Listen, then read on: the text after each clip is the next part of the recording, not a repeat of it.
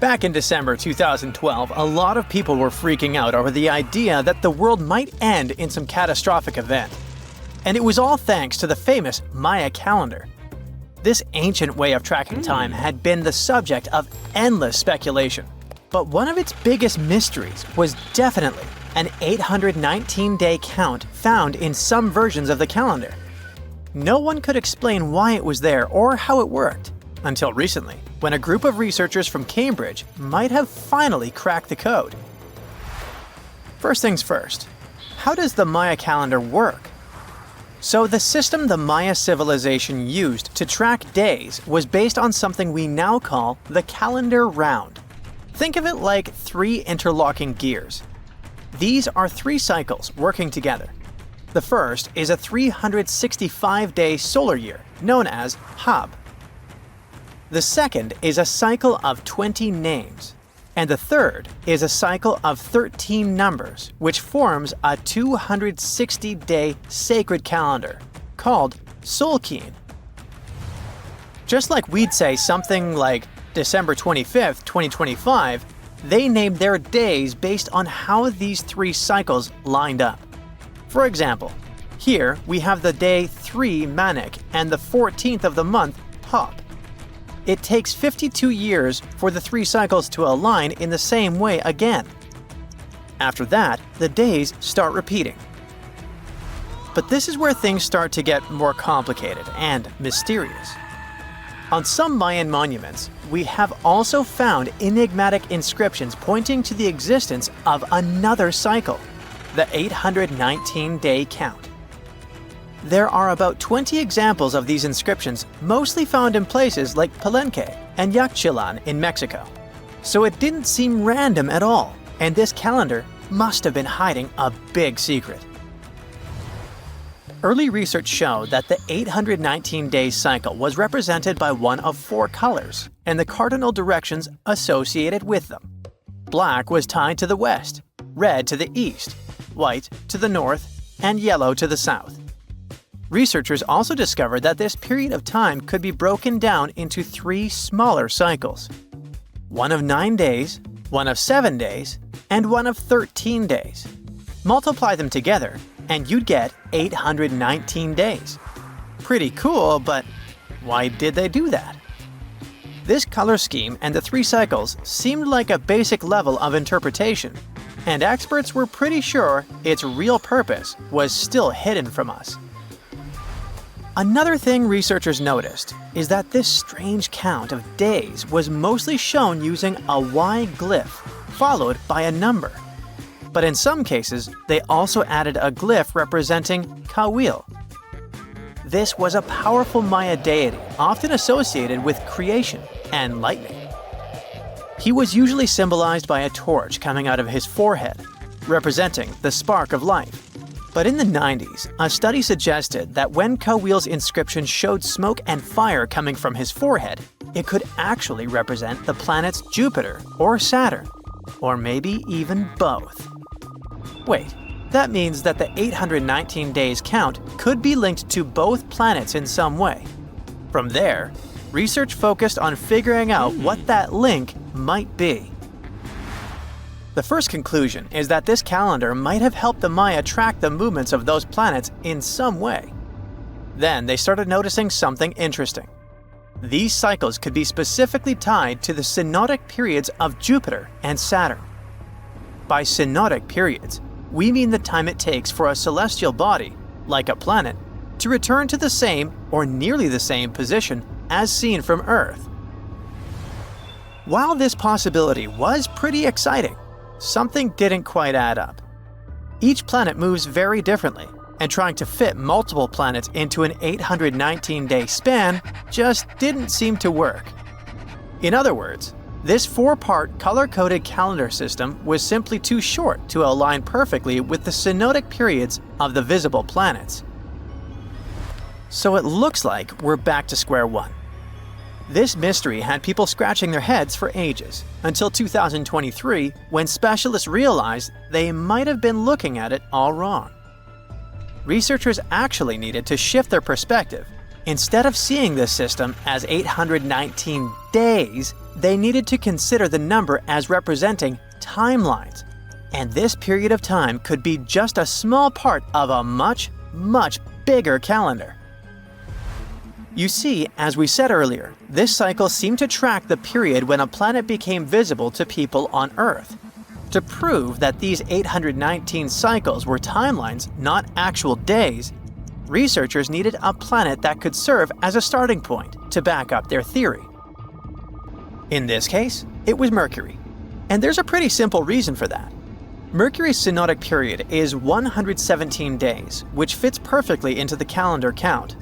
I mean, if you take 1819 and divide by 117, you get the number 7. So, Mercury is the only visible planet whose synodic cycle fits neatly into this period as whole numbers. Perfect. Now they had a solid starting point. From there, they needed to expand the calendar by increasing its length to 20 periods of 819 days. Suddenly, a pattern emerges. And just like that, all the synodic cycles of the planets fit perfectly into the system. For example, Saturn's synodic period from 378 days lines up perfectly after 6 819-day cycles. Venus aligns every 5 cycles. Jupiter every 19 cycles. And Mars, which takes the longest, needs 20 cycles. In other words, it takes about 45 years for Mars to align with the synodic periods of all visible planets. So, this is how researchers determined that the ancient civilization wasn't referring to days, but rather to timelines. The Maya astronomers came up with this count as part of a larger calendar system of 20 periods. But then a question comes up. Why was studying the synodic period so important to the Maya? Well, we don't have super specific answers about this mysterious calendar yet. But what we can say for sure is that the Maya truly believed in the powerful influence of the cosmos on daily life. So maybe they wanted to analyze how the movements of all the visible planets lined up with their other calendars. Of course, this system is just one part of the Maya's amazing and advanced understanding of astrology. And it wasn't just about using astrological cycles for planting and harvesting. They also had crazy specific knowledge, like how to predict solar eclipses. Archaeologists believe the Maya connection to the stars is reflected in the ruins of their world. Take the famous pyramid in the ancient city of Chichen Itza, located in Mexico's Yucatan Peninsula. If you look closely at the base of its staircase, you will see a snake's head carved in stone. But here's the coolest part. During the spring and fall equinoxes, when day and night are exactly the same length, the sun casts sharp, triangular shadows on the staircase. It creates the illusion of a snake slithering down the steps. Another example of how they use their knowledge of astronomy in their temples is in Tikal, Guatemala. Built around year 1 of the Common Era, this pyramid is considered one of the Maya's earliest astronomical complexes. And its alignment and orientation allowed them to track and calculate solstices and equinoxes with incredible precision. The Maya were skilled skywatchers. Just like we have modern-day high-tech observatories with round domes, they had something similar. Meet El Caracol. The name means snail in Spanish and refers to the spiral staircase inside the tower. Built around 906 Common Era, it was the perfect place to observe all the changes in the sky and track the movements of the sun, moon, planets, and stars. Unlike us today, with our telescopes, satellites, and advanced tools, the Maya relied entirely on naked eye observation, and that makes their achievements even more incredible. Recently, scientists made an astonishing discovery that might solve Stonehenge's mystery.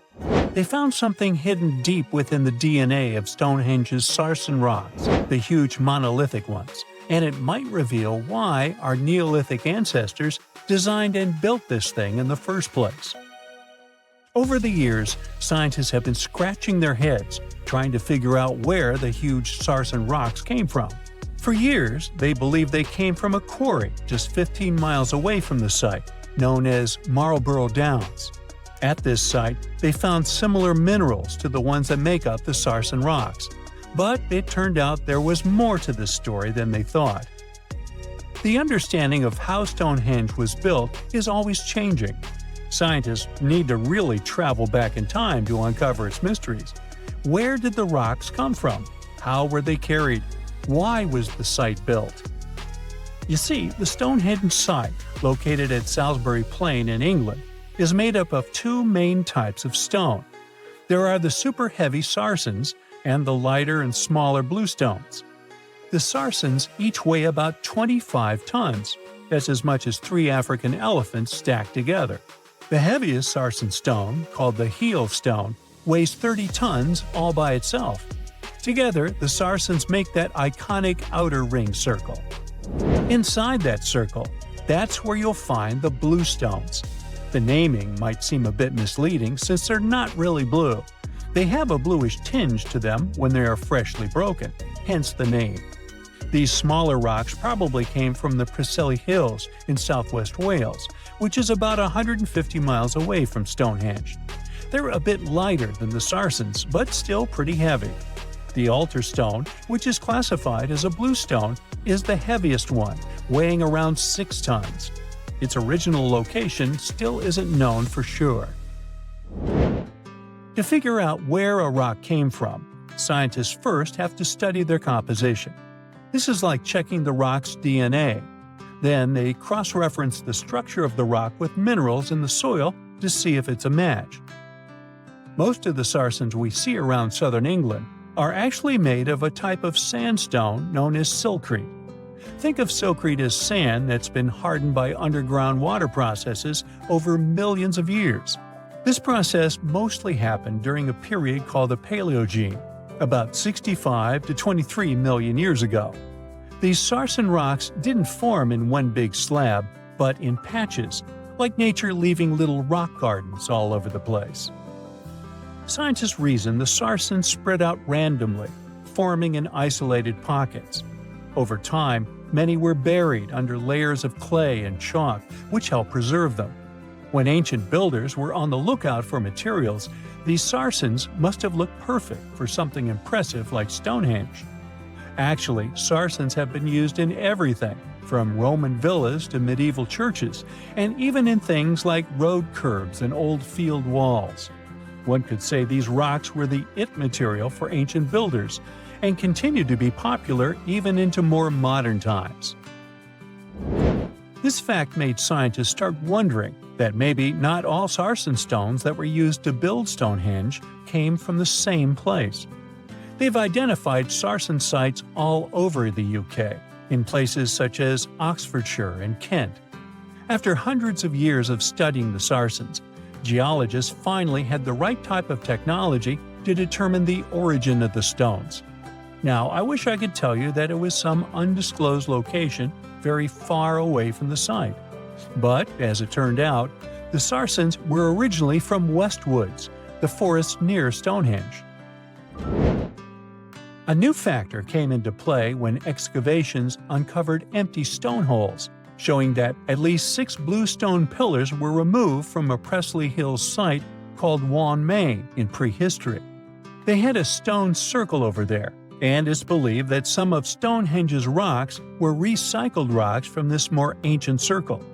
If this is true, it might be that Stonehenge is part of a much larger landscape of ancient sites. If this is the case, then Stonehenge is just the cherry on top of a much larger scale project. Think of it as the sacred centerpiece of an entire landscape of monuments, mounds, stone circles, and things. This is why scientists want to find out where the rocks came from so badly. It could lead to why and how Stonehenge was built. Now, Stonehenge didn't just pop up overnight. It was built in several stages over hundreds of years. It's likely that it wasn't a single unified vision, but more like a big community project that evolved over time. With each generation, the builders brought in their own ideas, creating a stone structure that would last for ages. The first stage was around 3100 BCE. That's when people dug out a circular ditch and likely set up some bluestones as sort of a starter ring. Later, they added the Sarsens and even topped some of them with horizontal stones to form those famous arches you see today, also known as the trilithons. These ancient builders had some challenges on their hands. How would they move the rocks? There's an old theory known as the ice road that suggests that the rocks were moved by natural icy pathways that formed during the winter. This way, they could slide the rocks down all the way to Stonehenge. But hey, if we're talking about a distance of over 100 miles, that's not too realistic. Anyways, this theory was debunked because it was warmer back then than it is today. There's also the river theory, which suggests that the rocks were floated along the river from the quarry to the site. But if we're talking about Sarsen rocks, they're too heavy to float. So there goes that theory. What we're saying is, no one knows how the rocks were moved. Another interesting science tidbit came from all the research done in Stonehenge. A recent laser survey of the stones revealed the different stone working methods used, and has shown that some of the parts of the monument were more carefully finished than others. In particular, the northeast side and the inner faces of the central trilithons were finely dressed. FYI, a trilithon is one of Stonehenge's most famous shapes. It's when two huge monoliths receive a third one on top of them, connecting the two together. This fancy word is simply Greek for having three stones. But anyways, the bigger question, and the reason Stonehenge is so famous, is why it was built in the first place. Theories are all over the place, and some sound like they're straight out of a sci-fi show. So here's a rundown of the most popular ideas. There's, of course, the solar calendar theory. This one supposes that the stones are aligned with the movements of the sun, especially during the summer and winter solstices. During the summer solstice, the sun rises to the left of the heel stone, that's the lone stone outside the main circle, lighting up the entire monument. Some say it's the ancient version of a calendar, marking the year's longest and shortest days. Some archaeologists think Stonehenge might have been an ancient healing center. Pieces of bluestone have been found chipped away, possibly by people who believed they had healing powers. The theory goes that people traveled from all over to come to Stonehenge in hopes of a cure for whatever was ailing them. There's also some speculation that Stonehenge was the place to be. Think of it as an ancient gathering spot. Some evidence suggests that communities from distant areas traveled to Stonehenge for gatherings, feasts, and ceremonies. Studies of bones found near the site show they came from all over Britain, making it a sort of prehistoric meetup location. Archaeologists recently found something fascinating from a forgotten Maya kingdom, a tomb hidden in a collapsing pyramid. Inside, there was a king buried for 1,700 years, a jade mask that looks almost human, but not quite. And all this thanks to the looters who missed it by just 6 feet. They stumbled upon it in 2022 in the dense jungles near the border of Guatemala, Mexico, and Belize. In Mayan times, this little place used to be called Xochitlam. It's a lost city, half swallowed by jungle. This place meant pretty much nothing compared to other big Mayan cities, like Tikal or Teotihuacan, or so we thought. The team found a tomb of a Mayan ruler. The artifacts, the names of kings, all this revealed that Xochitlam wasn't just some tiny village. It was a pretty important place for that culture, and what they found inside that tomb may rival the treasures of any Maya metropolis. The tomb's ceiling had collapsed long ago, but the offerings were still inside and remained intact even after centuries. They recovered over 16 spondylus shells. These things were used by the ancient elite for power and rituals. That meant that whoever the tomb was related to, it was someone wealthy, of high status, who got themselves a ceremonial burial. archaeologists also found carved femur bones. They were etched with hieroglyphs and names. Maya literally wrote their history in human remains. Researchers want to dive super deep and get a DNA analysis on the bones. Maybe that will help uncover familial ties, origins, or health problems these people might have faced. And most important of all, the mosaic jade mask. It was pieced together from luminous green tiles into an expression that feels almost human, almost alive. A lot of people were joking that it's just like Jim Carrey's mask in the famous movie.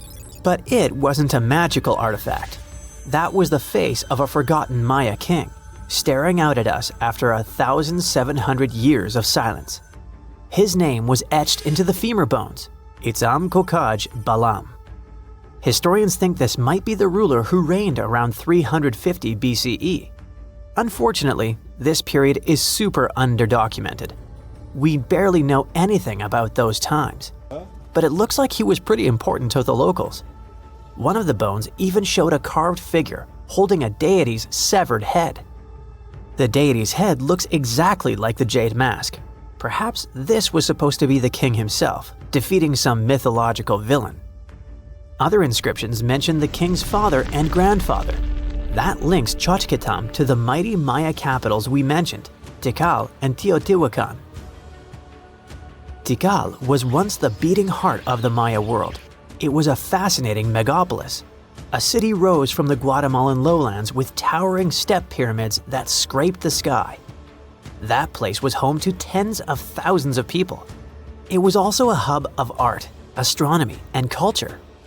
The rulers were worshipped almost as living deities. Their deeds were carved into stelae that still stand amid the howler monkeys. Teotihuacan was located even further north. Now that was a mystery of another kind. It wasn't really Mayan, but rather Central Mexican. But still, that was a true metropolis, one of the largest cities in the world during its time. It was most famous for its Avenue of the Dead and colossal structures like the Pyramid of the Sun. It was a rich cultural center that had a worldwide influence. For centuries, both Tikal and Teotihuacan seemed to have completely different cultures. Tikal was a flourishing city-state where people loved reading, astronomy, and beautiful architecture. Teotihuacan was a titanic militaristic superpower. Two big centers of Mexico, separated by 600 miles of jungle and mountains. Compared to these imperial capitals, Xochitlam was a whisper. But it looked like this Itzam guy from the tomb wasn't just a ruler of a random village.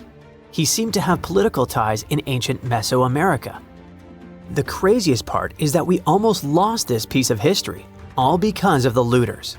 At some point in the past, grave robbers had tunneled dangerously close. They stopped digging just 6.5 feet away from the tomb. That's just like in that meme with the diamonds. Sometimes you stop digging right before you hit it big. But in our case, thank heavens they didn't get there first. That's how close we came to losing a piece of history. In an almost poetic irony, it was the looters' tunnels themselves that led Estrada Belli's team to the site.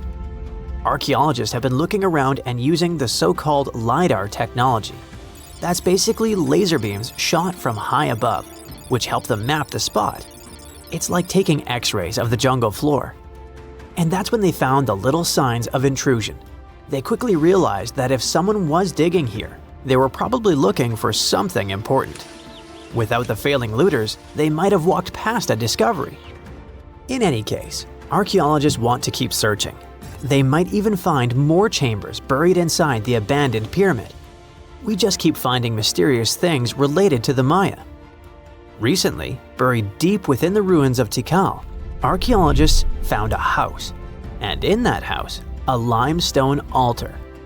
It was covered in vibrant murals of red, yellow, and black. What's weird is that this build wasn't made by Maya. It was unmistakably Teotihuacan in style. And just like the tomb from before, it was made about 1,700 years ago. The altar was discovered inside a Maya-era residence known as Group 6DX7. It stood 3.5 by 6 feet right in the center of the home. That was very typical for Teotihuacan traditions. It bore a mural of the storm god, that was also a central deity in the Teotihuacan pantheon. But this altar depicted no kings and no rulers. That's very weird. As we said, Maya worshipped and honored their dynasties and political power, putting them pretty much everywhere, like some merch. But instead, this altar worshipped the deities alone, and it did so in the heart of Maya's main capital, Tikal. When archaeologists dived deeper, they saw it as unmistakable proof that Teotihuacanos not only came to Tikal, they thrived there. This house wasn't some trade outpost, people actually lived in it. Teotihuacanos built homes, practiced their rituals, and left their deities behind in this city. And Maya seemed to be chill about that. Researchers think this was a home for some elite people from Teotihuacan, or maybe it belonged to Mayans who practiced Teotihuacano culture and deeply respected it. But it might be something darker than a simple, friendly multiculturalism. The two cities weren't in the best relationship. There was some tension, maybe even surveillance. The house and the altar were probably built around 300 to 400 BCE. That was a period when Tikal was rising in power. This might have caught the attention of the mighty empire to the north. It's almost as if Mayans poked the beast. By 400 to 450 BCE, that attention may have become something sinister. The altar could have actually been the symbol of domination. Had the Maya of Tikal truly welcomed their guests, or did they come here and bluntly started building foreign altars in sacred spaces? Did Teotihuacan use this as some kind of soft invasion? In that case, it would make sense for Mayans to destroy that place or vandalize it somehow. Mayans regularly buried their buildings and rebuilt on top of them. But for some reason, this altar remained untouched. Mayans found it and buried it with the surrounding buildings as they were. No vandalism, no destruction, no rebuilding even. Looks like they had some complicated feelings about Teotihuacans. It was a time when cultures clashed, fused, overlapped, and possibly spied on each other. Perhaps one day we'll learn more about what really happened among these ancient civilizations. Can you tell me what date it is today? Piece of cake. You just look at your smartphone and voila, you immediately know the day, month, and year. But was it always this easy to tell the date? Did the ancient people even have the concept of a year that lasts 365 days? Yes and no. Mayan calendars had cycles. That's close to what we call a year. But the Mayan cycle was much longer, 819 days. And this is where the mystery begins. 819 days compared to what? When does this calendar begin and when does it end? Scientists were asking themselves this question for decades. They discovered and deciphered the Mayan calendar during the 1940s. Recently, two American scientists, John Linden and Victoria Bricker, came forward with a solution. So, what did they do differently from their predecessors? The duo deciphered the code by broadening their thinking. They expanded the calendar from 819 days to full 45 years. That's 20 times longer than the original cycle. And a pattern started to emerge. This was a major breakthrough because the Maya told time in a complicated way. You can forget about the easy-to-read Arabic numerals we have today. These ancient people used glyphs. These are tiny images that represent characters. Something like the icons on your desktop or universal symbols. When you see a little dot with 3 curved lines above it, you know there is a Wi-Fi network available. The Mayan calendar used glyphs that represented animals or natural phenomena. For example, there were symbols for a jaguar and an eagle. Each glyph marked one day. Each cycle is repeated 4 times, 8 and 19 x 4. Let's call these 4 cycles blocks. The Mayas colored each block differently. Scientists thought these colors corresponded to the 4 cardinal directions. Red was east, white, north. West was black, and finally, yellow marked south. But then the 1980s came. Yeah, this was a weird decade. The calculations were all wrong. Researchers determined that the colors were associated with the position of the sun in the sky. It turned out that the color yellow represented the highest point of the sun, which is called a zenith. White was the lowest point, called the nadir. It seems that the calendar showed just how good the ancient Mayas were at astronomy. This is most evident at Chichen Itza. This principal Mayan city is located on the Yucatan Peninsula, Mexico. There stands an impressive step pyramid. It is dedicated to the feathered serpent deity, and its alignment is perfect. Something marvelous happens here twice a year, during the equinoxes, March and September. These are the times when the sun shines directly over the equator. On these two dates, the day and night last the same. At the site of the pyramid, sunlight first illuminates the sculpture of the serpent head at the base of the structure. Then it makes its way up the 91 steps. This creates the illusion that a snake is slithering down the pyramid.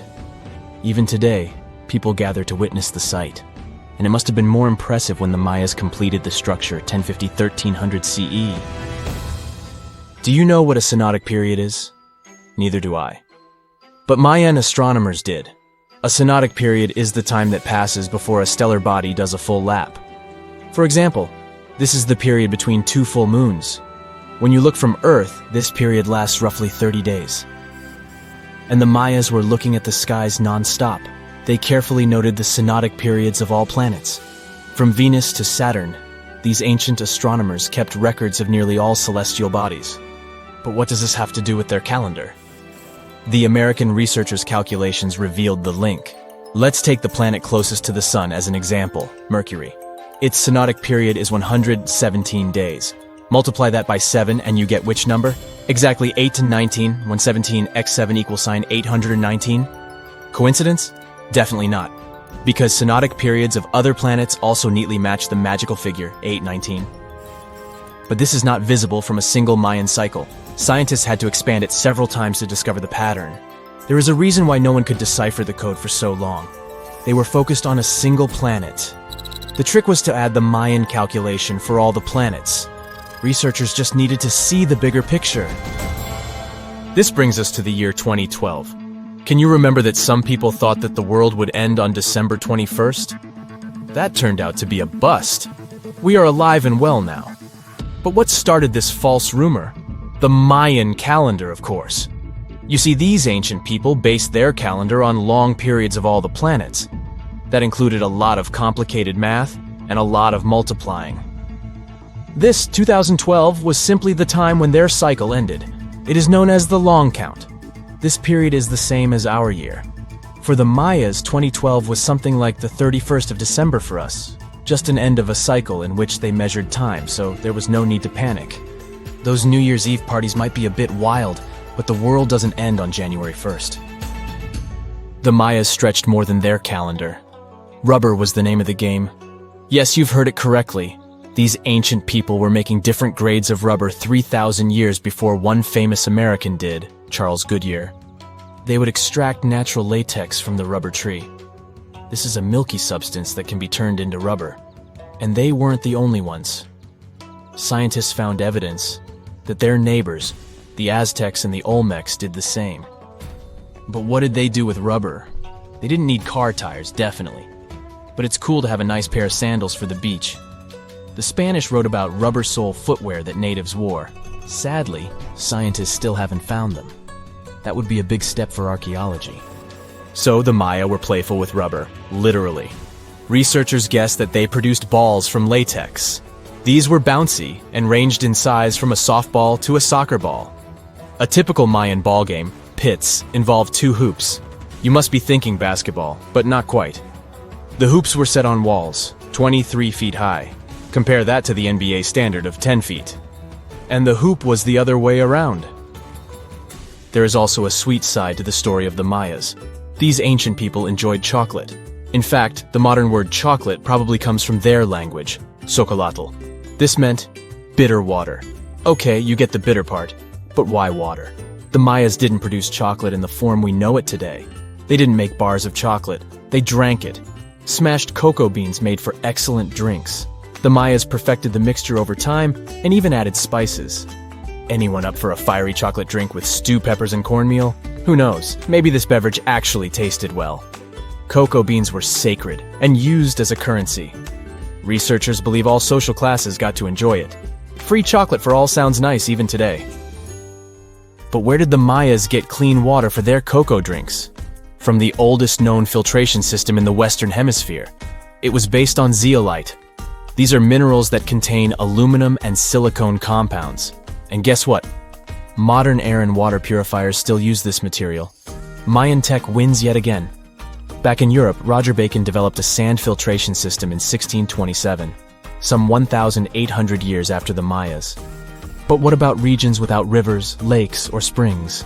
Mayan engineers had it all figured out: rainwater. They would carve out large reservoirs in the limestone bedrock. Then, they would coat these underground caves with a layer of a watertight material. The final step was to make small channels that collected water from the hills above. Scientists estimated that just one of these reservoirs could hold on average 10,000 gallons of rainwater, enough to fill 55 modern hot tubs. You are lost deep within the jungle in the Yucatan Peninsula in Mexico. There are strange noises all around you, and to make it worse, the sun is setting. Soon, you'll be alone in the middle of an unknown rainforest. Guess it was a pretty bad idea to come looking for El Dorado on your own, wasn't it? You keep walking as fast as you can, when suddenly, wait! What's this you're seeing? It looks like large stairways made out of stone. This definitely doesn't look natural, so you take a picture. Maybe you didn't strike gold, but you might have just found something relevant.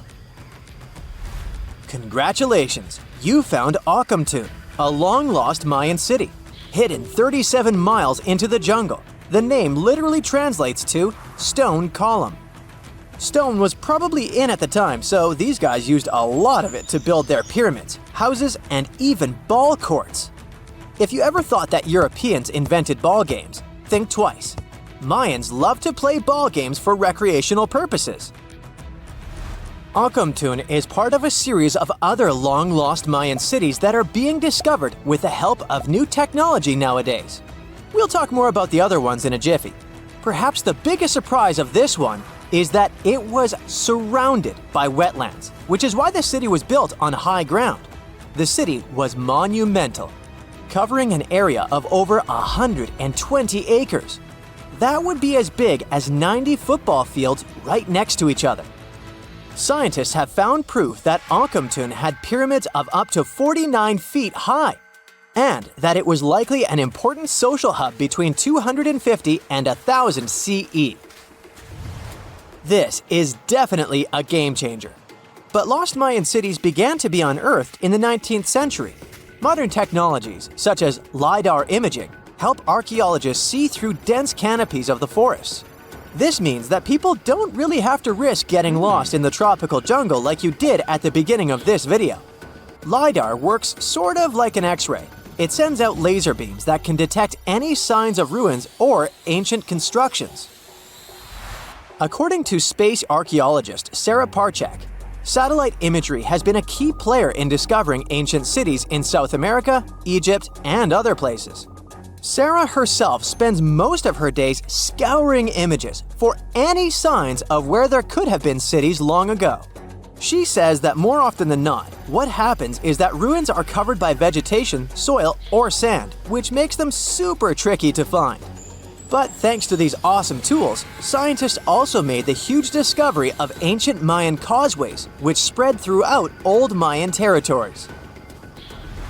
I mean, take a look at these roadways. You'd expect to see ruins like this in places such as Portugal, England, or the United States. I'm talking about 130 feet wide roads painted white to help travelers journey through the nighttime.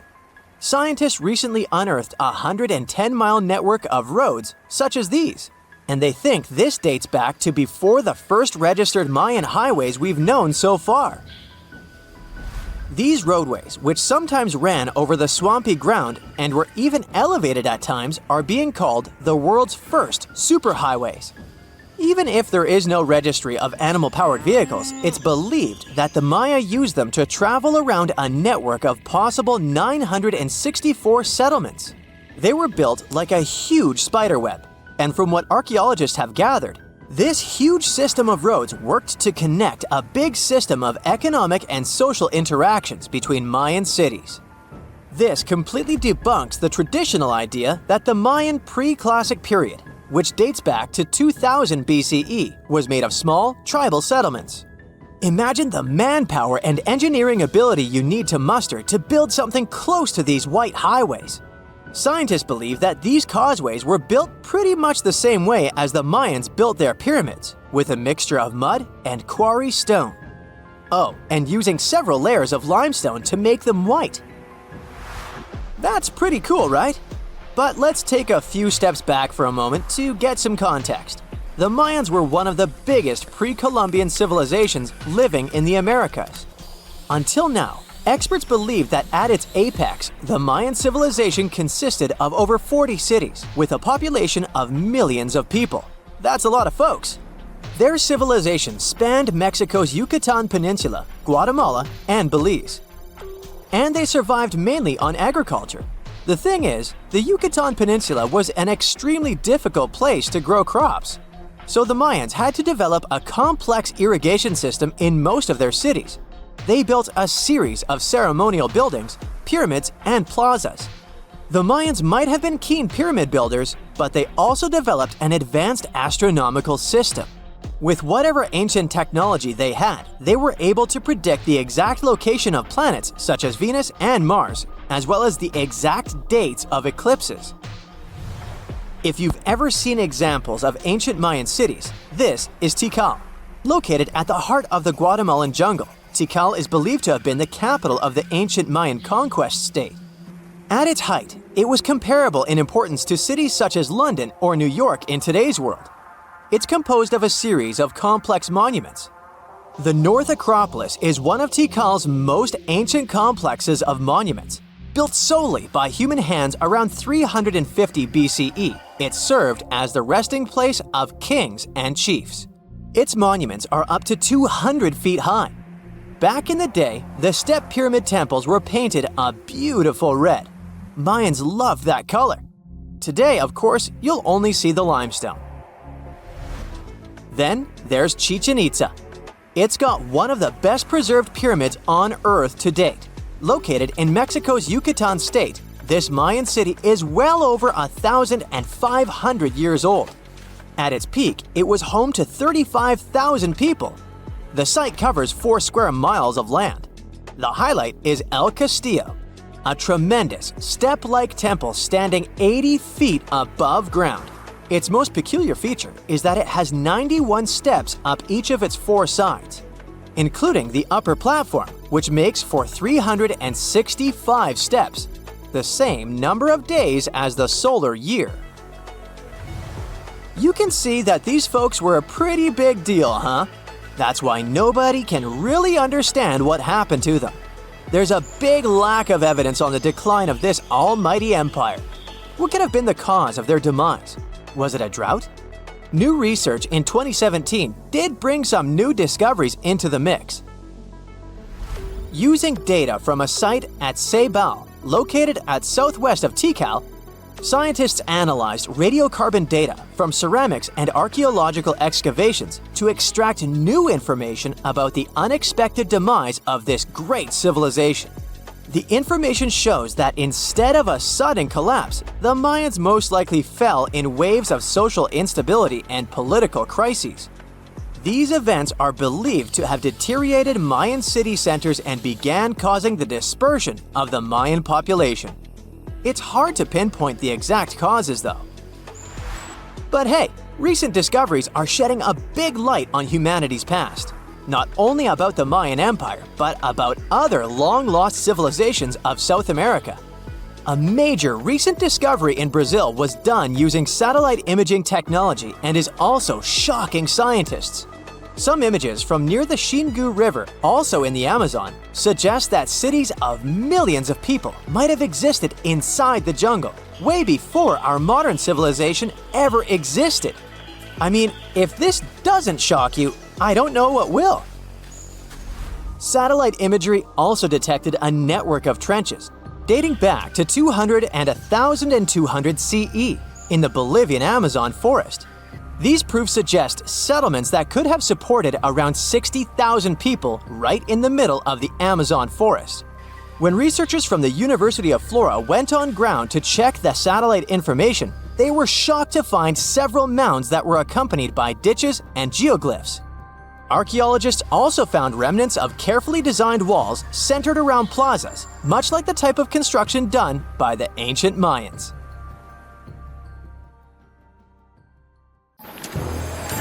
The story goes that two Mayan twin boys loved to play ball. Sure, they were really good at it, but they also made a lot of noise when playing. The lords of the underworld soon became bothered by the sound and summoned the two boys to the underworld, a place the Mayans called Xibalba. As soon as the boys reached their gloomy destination, the lords of the underworld began putting them through a series of tests. Soon enough, the inexperienced twin boys failed the tests and lost their lives. But this was not in vain. This sad event resulted in the appearance of a beautiful fruit tree. Soon enough, a young woman saw a beautiful fruit on this tree and reached up to pick it. Legend has it that soon after that, she gave birth to another set of twin boys named Hunahpu and Xibalba. Just like their ancestors, these twins were great ball players, but they were equally as loud, and the lords of the underworld became annoyed again. They decided to ask this pair of twins to come to play a game in the underworld, hoping to get rid of them too. When the twins arrived, the lord sent them through a number of frightening places. The first one was the House of Gloom, which was very dark. They then passed through the House of Knives, where they had to avoid getting injured. The twins then built a fire in the House of Cold, so that they didn't freeze, and ran through the House of Jaguars, where they tricked the animals into not eating them. Finally, they entered the House of Bats, where they seemed to have lost their luck.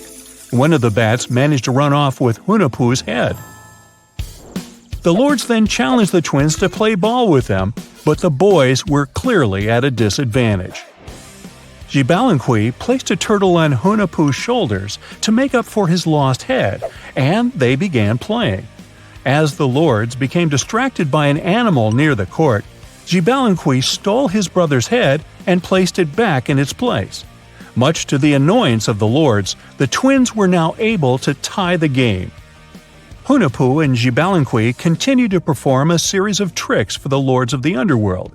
One of them involved Xibalba injuring Hunahpu and then bringing him back to life. The lords were so impressed by the twins' performance that they asked them to do the same trick on them. Of course, the twins agreed, but after performing their trick on some of the lords, they refused to revive them. Seeing what had happened, the lords of the underworld admitted defeat and begged for their lives, promising not to intervene in the lives of people ever again. Hunahpu and Xibalba were happy to have avenged their ancestors and gained the respect of the lords. Legend has it that the lords of heaven were so impressed by the twins that they took them to live in the sky by turning them into the moon and the sun. The Maya civilization was one of the most dominant indigenous societies in history, and their folklore and traditions are still discovered and studied today. They used to live in a territory called Mesoamerica. It was made up of modern-day Mexico and parts of Central America like Guatemala, Belize, Honduras, Yucatan Peninsula, and El Salvador. They lived from 1800 to 900 BCE and up to 900 to 1500 CE. Apart from their impressive legends, the Maya were very skilled inventors. They're known for their calendars, writing systems, farming methods, and sports. Their writing, for example, was found preserved on buildings and stone monuments, as well as in rare books and pottery. It's a system made out of more than 800 hieroglyphics in various combinations. Each of those signs was said to represent a syllable. Their writing system was deciphered by accident by Tatiana Proskorakov, an American woman who initially studied to be an architect. Since she didn't find a job in her field, she eventually became a Mayanist in her own right, despite not being academically trained. She was the first to notice that the Mayan upended frog glyph meant birth, and that their toothache glyph meant the date when the king ascended to the throne. It made it easier for scientists to pinpoint birthdays, as well as the names of the rulers of a specific Mayan dynasty. They also invented the concept of zero, which is seen as one of the greatest innovations in mathematics, physics, and human history altogether. Sure, even back then, people understood the idea of having nothing, but the concept of zero as a number is a relatively new invention. A fun fact about Mayans is that they really liked hats. The bigger your hat was, the more important you looked. Not only was it a sort of fashion statement, but it also made them look taller, which was a big deal for their aesthetic. The Mayans also came up with one of the most intricate and complex calendars in human history. It was the first to use 0 as a placeholder. Their calendar ended on December 21st, 2012, which led some people to believe that it translated to the end of the world. Obviously, that was not the case. It just so happened that the date coincided with the end of a Mayan cycle of years. But you know, as advanced in science and astronomy as they were, they did make some mistakes. One of them was their belief that the world was flat. Their theory was that the 4 corners of the world were watched by the Brother Lords, who kept the sky from falling over their lands. Hats off for their menus, though, as they were well-known chocolate eaters. They turned eating chocolate into a form of art. The drink they made wasn't really like the hot chocolate we enjoy today, though. The recipe included mixing cacao with water, honey, chili pepper, cornmeal, and other ingredients to make a foamy, spicy drink. The ritual of drinking cacao was a crucial part of their celebrations. We're not done discovering all the amazing parts of their architecture and civilization. It was only a few years ago that a Maya pyramid was found at Tonina, in the Mexican state of Chiapas. It was estimated to be more than 1,000 years old. The reason why it escaped archaeologists for so long was that it lay hidden under what was believed to be a natural hill. The ruins of 2 Mayan cities have been recently discovered in the Mexican state of Campeche. Why didn't we find them until now? Well, they were concealed by really thick vegetation, which made it difficult for archaeologists to reach them.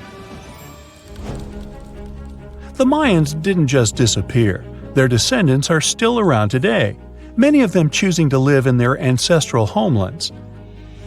You can find them in Guatemala, for example, where the Maya people make up the majority of the population. Overall, the Maya ethnic group contains people that speak different Mayan languages, such as Yucatec, Quiche, Quechua, or Mopan. They had no idea what a spa day was, but the Mayans really enjoyed a nice sweat once in a while. Sweat lodges were discovered around ancient Mayan sites. They were built out of stone or adobe. These rooms were an essential part of their cleansing and healthcare rituals. One of the earliest sweat lodges was found in Quello in northern Belize and appeared to date back 3,000 years. One of the most important parts of the Mayan culture was a ball game which they named Pix. It had both political and spiritual significance. We can see ball courts at important parts of Mayan archaeological sites. The main goal of the game was to pass a rubber ball through a very high stone hoop without using your hands. Basically, it was a combination of soccer and basketball. However, it could have serious consequences. The loser could, at times, even lose his own life. Ooh, high stakes indeed. Because of this game and the need for bouncy balls, the Mayan people were some of the first cultures to use rubber. They made it using natural latex. There were different kinds of rubber depending on what natural substances the latex was mixed with. And that, my friend, is the way the ball bounces. Sorry, but you know me, I just couldn't resist.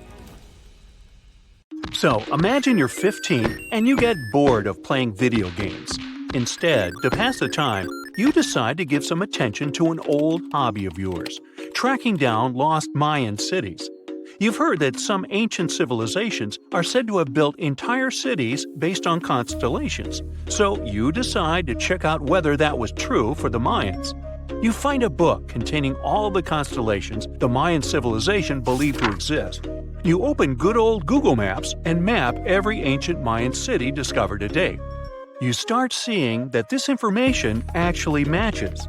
And truly, the biggest ancient Mayan cities correspond to the brightest and biggest stars of the Mayan constellations. Okay, this is getting interesting.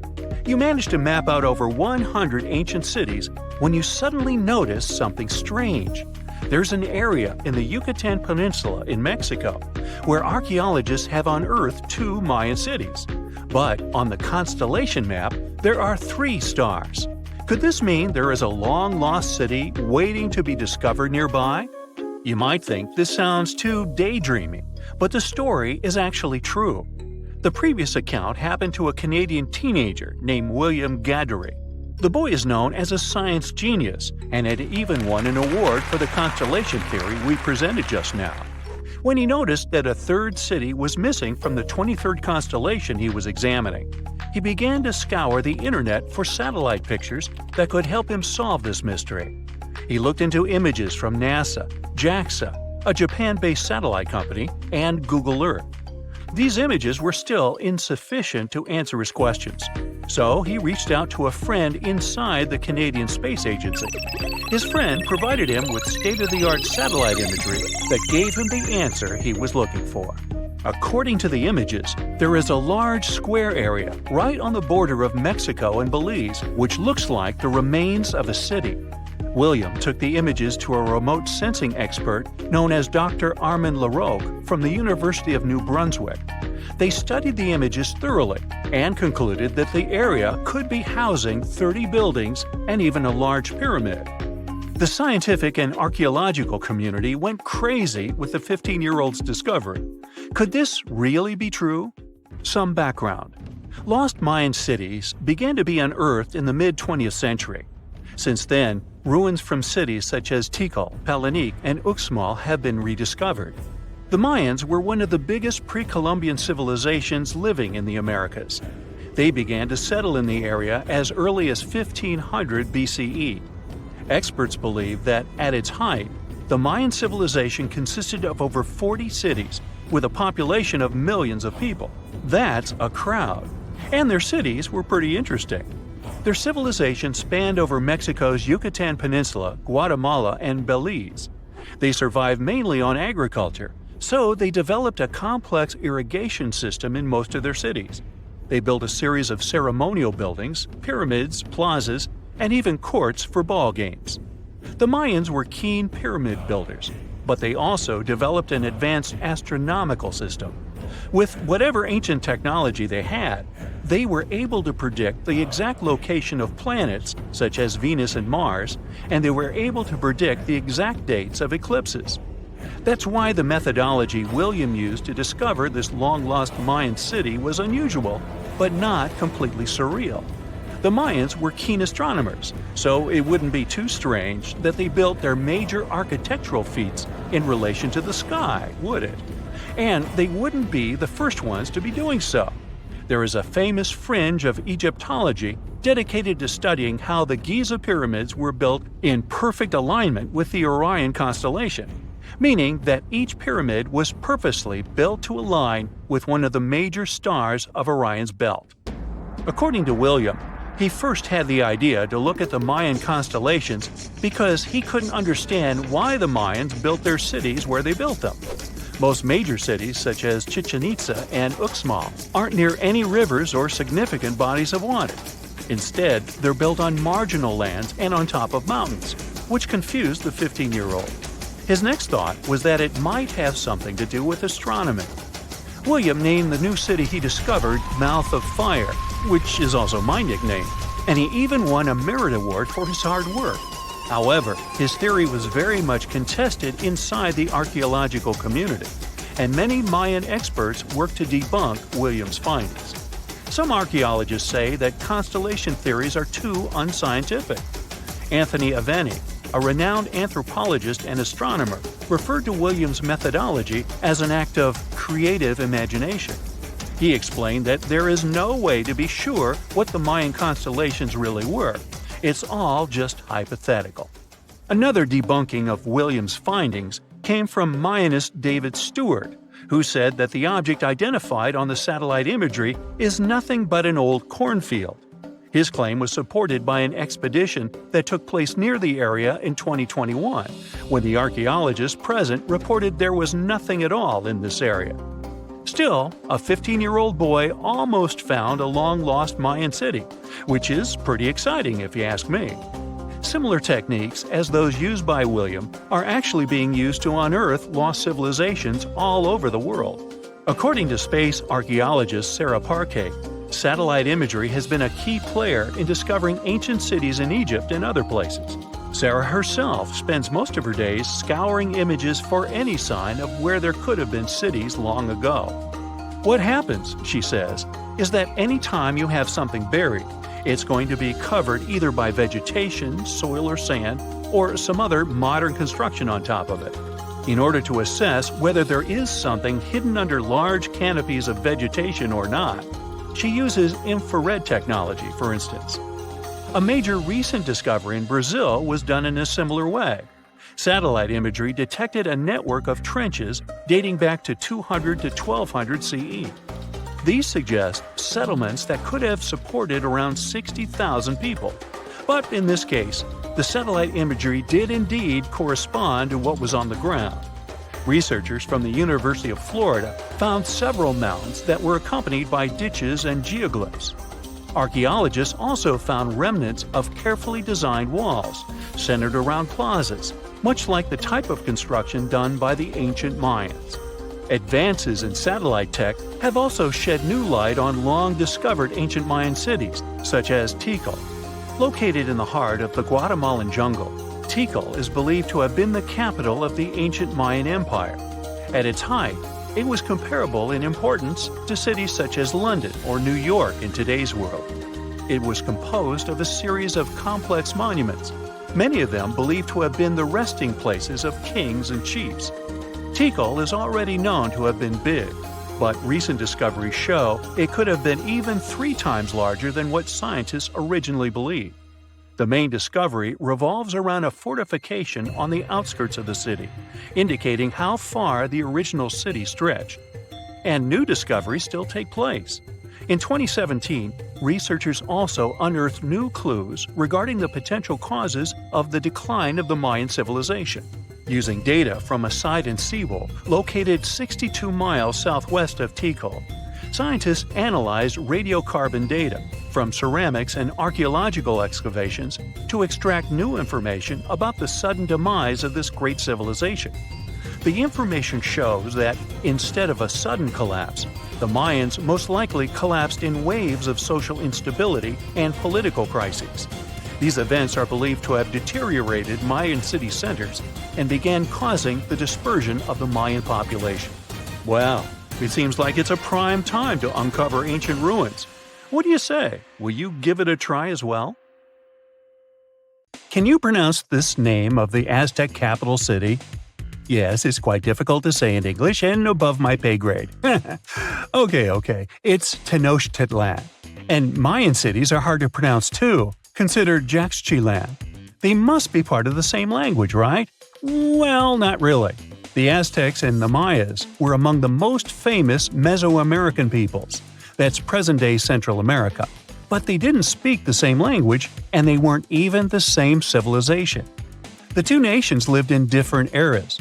The Aztecs dominated the region from the 14th to the 16th century. Back in Europe, this was near the end of the Middle Ages. The Mayas came before the Aztecs. Historians believe they started building city-states in the 3rd century. Their peak lasted until the 10th century.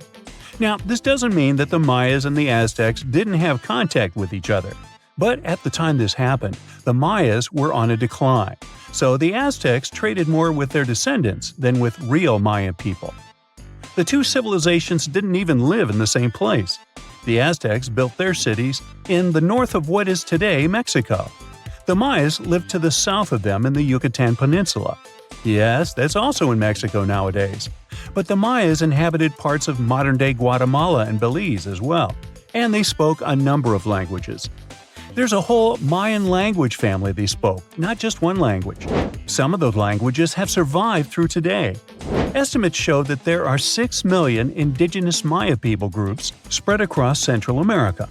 In Guatemala, there are 21 Maya languages recognized by the authorities.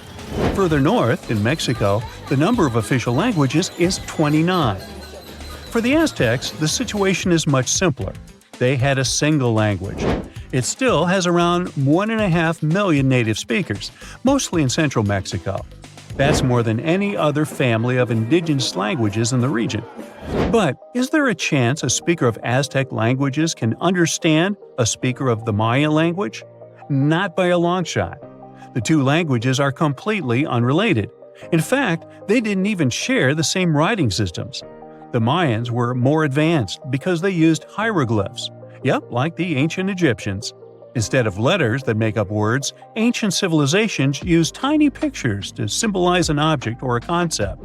When the Mayas wanted to write the word jaguar, for example, they would draw a small image of the animal. In total, their writing system had more than 800 characters like this one. Way too complicated compared to the modern way we write down words. But the Aztecs were one step behind the Mayas. They used pictograms and ideograms. Simply put, these are elaborate drawings that mark an object, animal, or concept. Compared to Mayan hieroglyphs, they aren't simple symbols anyone can draw, but true masterpieces of visual art. Only highly skilled painters could draw them. I don't say write because, technically, the Aztecs didn't have a writing system. So you could say that the Mayas were more advanced when it came to language. After all, they had the only known fully developed language in the Americas before the arrival of Europeans. But in terms of culture and economy, the two societies weren't that much different. Neither of them used work animals for agriculture and transport. The main crop for both peoples? You guessed it, corn. What they called maize. Christopher Columbus was the first to transport corn back to the old continent in 1493.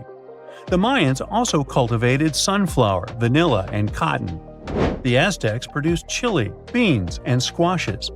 When it comes to meat, the Aztecs were happy to catch fish and shrimp. The Mayans penned turkey, just like we do with chicken today. The Aztec society consisted of nobles and commoners, all led by an emperor. The Mayas mostly lived in independent city kingdoms, ruled by a king and his royal household. There were no wheeled vehicles in these civilizations. Aztec merchants traveled across Mesoamerica carrying goods on their backs. Not the most comfortable mode of transportation, definitely. We shouldn't think of Aztec roads as the ones we have today. They were narrower because they saw only foot traffic. Mayas used a similar road system that also included canoes. They wouldn't travel far from the coast, though. They carved out these vessels from large tree trunks. An average Mayan canoe was 50 feet long. That's the length of a modern-day yacht. The goods these Mayas traded ranged from salt to pearls. They considered meat a luxury good, together with gold, copper, and turquoise. And can you guess the currency of Mayan merchants? Let me give you a hint. It wasn't metal and paper like it is today, but cocoa beans. They had a fixed market price, which made them the ideal payment option. The situation in modern societies is not much different. Around 2/3 of all countries have pegged their currency to the US dollar. For Mesoamericans, cocoa beans were their green banknotes. The Aztecs used the same exact currency, but with a twist. They had something called axe money. One axe was worth 8,000 cacao seeds. I bet their exchange offices were fun places to work. When it comes to minerals, jade was highly esteemed in both cultures. The Mayas and the Aztecs made tools and ornaments from it. These peoples believed jade brought beauty and long life to the person who wore it. Their jade mines were located in present-day Guatemala. And remember that city from the beginning that we could hardly pronounce? The founding of the Aztec capital gives an insight into the belief system of the whole nation. According to legend, the Aztec deity told them to build a city in the place where an eagle sits on a cactus with a snake in its talons. They saw this happen on an island in a lake. This is where they built the city. If you want to find it on the map of Central America today, look for Mexico City. That's the site of an ancient Aztec capital. It even got its name from the ancient nation, because Mexica was an alternate name for the Aztecs. They constructed the city on small artificial islands.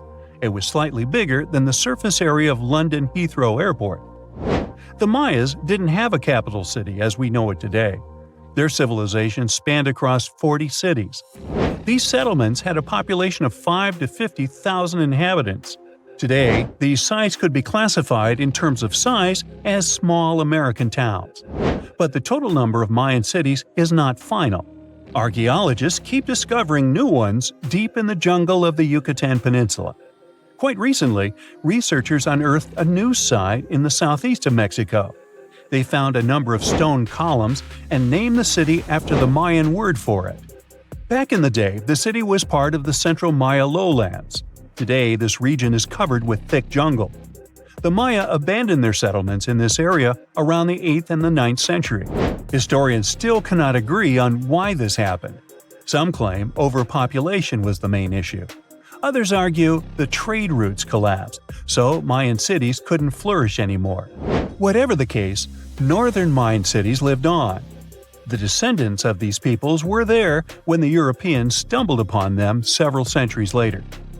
The Aztecs were also present in today's Mexico at this time, but contact with a foreign culture didn't bring them much good. There was an outbreak of smallpox that sealed the Aztecs' fate. This doesn't mean that this American nation left the world stage forever, though. Every time we say words like avocado, chili, guacamole, chocolate, and coyote, we are actually reviving the Aztec language. These words are present in pretty much every language on the planet. Mayan words also entered modern English. Linguists argue that the word shark actually comes from a Mayan language. This is the word these ancient Mesoamerican people used for fish. Both ancient civilizations left behind pyramids, and they look very similar in style.